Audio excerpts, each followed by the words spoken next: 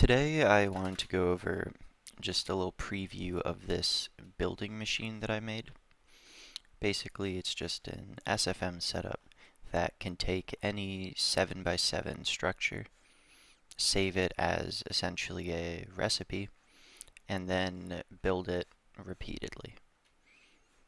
Might seem incredibly useless. The basic idea is that you could theoretically use this to build yourself a whole bunch of, let's say, plasma turbines, fusion multiblocks, EBFs, really anything.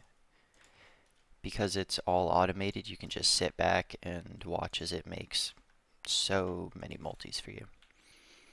Now, what I'm going to do here is just set up a little fake structure. Not actually going to do anything, I just need something to store in the machine. I'm going to make a tube here because I think it's fun when these get placed, but you'll see here I have a structure. It's built within this 7 by 7 cube, and in this case it's just basically a little tube. Now what I can do is go over here to a little test control thing that I have, and if we look at some of these signs, they give a little information about it. We'll see that the machine is currently idling, as in it's not building or anything like that. Drawers are empty, which means there's no saved pattern at the moment. And here I have a mode, which currently says storage. Now this is basically telling the machine that in this setup we want to store the current build here as opposed to build anything. Now these little inputs, basically this one just swaps the mode. Here we have building, here we have storage. This one is a clear button that will empty everything in the drawers. Go over this a little later. But here, this is the restart button. This is what I can hit to have it start storing the pattern. Now, you'll see a little bit of some weird stuff going on here. Basically, the way the machine works is these 7 by 7 block gates up here will eat an entire layer of it. You'll see it just eats one Y layer at a time. That will then go into these drawers that I have over here. You'll see I have one set of drawers here and one set of drawers over here. These are just the amount of drawers I need to store a whole 7 cube. You'll see now that they are all full of one item, and the reason it's one is because I'm actually using the drawers to store the position of the items. So these drawers now have one item from this, and they have one item in the order that it was built. So that's what allows us to basically recall the structure shape. Now I can swap this over to building, and if I click the restart button, we should see that now that the drawers are full, we can go ahead and build. Now the build little function here is going to look pretty similar to the store. The only difference is instead of eating the blocks, it's placing them. The reason that you see so many teleports is because, like I said, these will only eat, or in this case, place one layer of blocks at a time. So what I do is I then teleport the whole structure away to this teleposer. Then I move it relative to the structure and then teleport it back. And what that does is it lets me take it all and shift it either up one or down one Y height. So we'll see that it's completely done, and it actually disappeared, and that's because if I go over here and teleport, we can see that actually, oh, that was not ideal. But if we teleport, we can see that it actually placed this out here. That's because I just have a very simple little frame machine with a teleposer up here linked to our building section. And once it's done building, it will go ahead and teleport that build out here so it can start placing them in the world. Because placing one structure is nice, but being able to indefinitely place them is a lot cooler. So if I want to go back to this area, I'm actually going to go ahead and link up the section of this that toggles continuous building. And I'm going to go ahead and tell it to restart. And now it should just start continuously building these tubes and placing them in a line. Now, while that's running, I'm going to go over a little bit of this. The basic idea is pretty simple. We have the SFM setup doing a few things before, but basically we have a store function and then we have a build function. They're more or less the same, they just kind of mirror each other. Basically, we just go through and we iterate through either our block gates up there or our drawers that hold the patterns. And then we will then iterate through the opposite one. So here we iterate through the drawers, after we iterate through the block gates, and in the other case we would iterate through the drawers first, then the block gates. Then basically we just check, see if the block gate has items, a little split condition over there, and then we do some stuff based on that. Basically, it's just doing these actions that you see it doing here, and either storing or pulling them from the drawers. The one slightly weird thing it does is when it's building, if you remember, there was one item in each drawer once we store the pattern.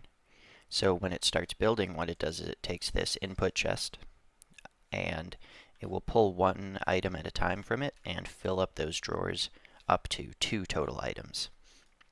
Then when it's building, when it pulls from the drawers, instead of pulling from each drawer all of the items, it'll only pull one item from each drawer. That way we keep that pattern set and we keep an item in the drawer.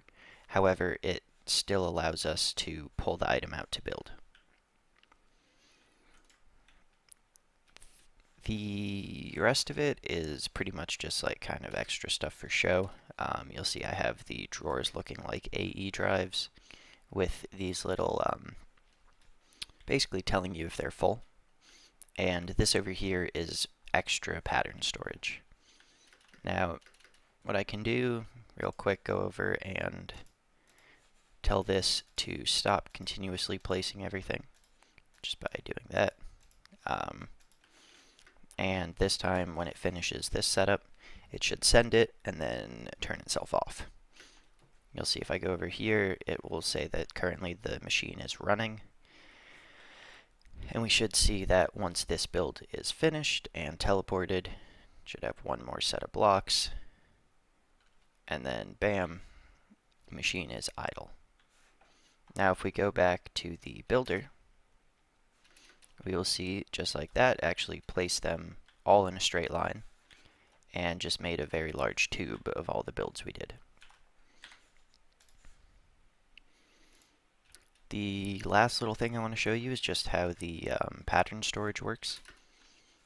You'll see that I have 4 lights here as well as 4 drives. Basically this supports technically 3, but more or less it'll support 4 different patterns being stored at a time. So right now we'll see the drawers are full, which means that there is a pattern in these set of drawers. And what I can actually do is store this pattern. And this one does take a bit. You'll see this sign should switch to saying that there's a little bit of lag at the moment. Basically, the way that it stores them is by using these teleposers to swap the drawers that are in here with either like one pair of the drawers out here. So in this case, the first drawers are these drawers, and it goes ahead and it stores them. And then once the lag is done, it should recall this set of drawers, and you should see some spruce drawers in this place. Sometimes it's a little slow.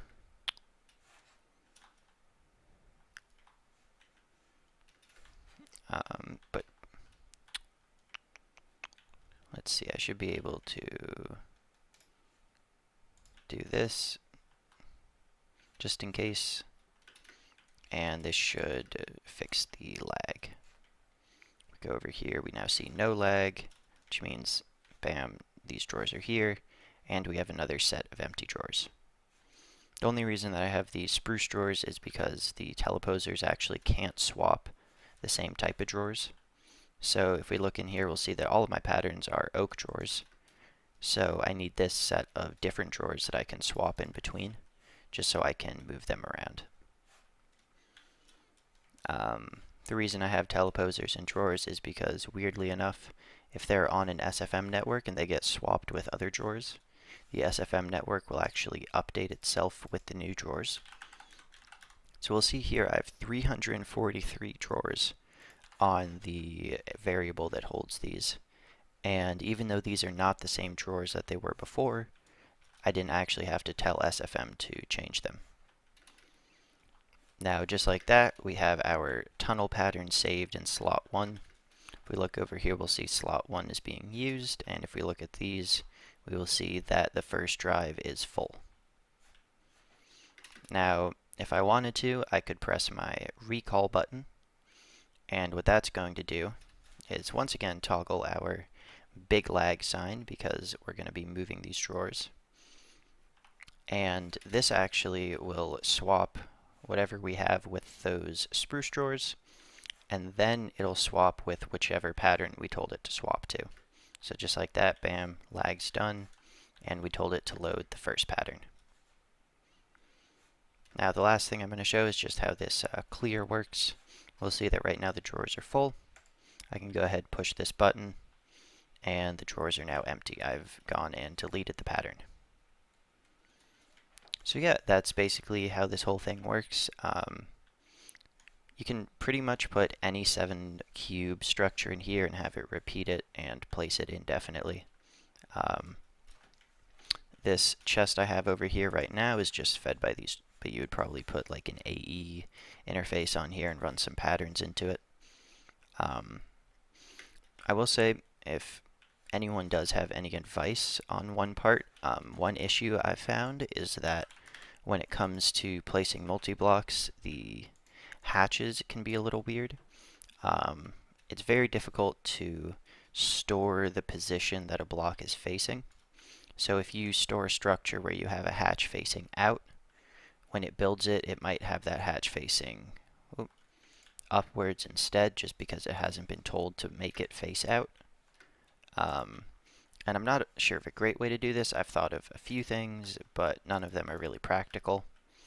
My idea at the moment is once it's completely filled, have something that kind of moves in from the sides and just right clicks all the blocks on a face to make them face outwards. But I definitely don't have a good way to do that, and I think my only method uses golems, which is very not ideal. So if anyone has an idea of how to make that work better, that would be wonderful. If I work that in, then this will be able to just indefinitely place any multi-block.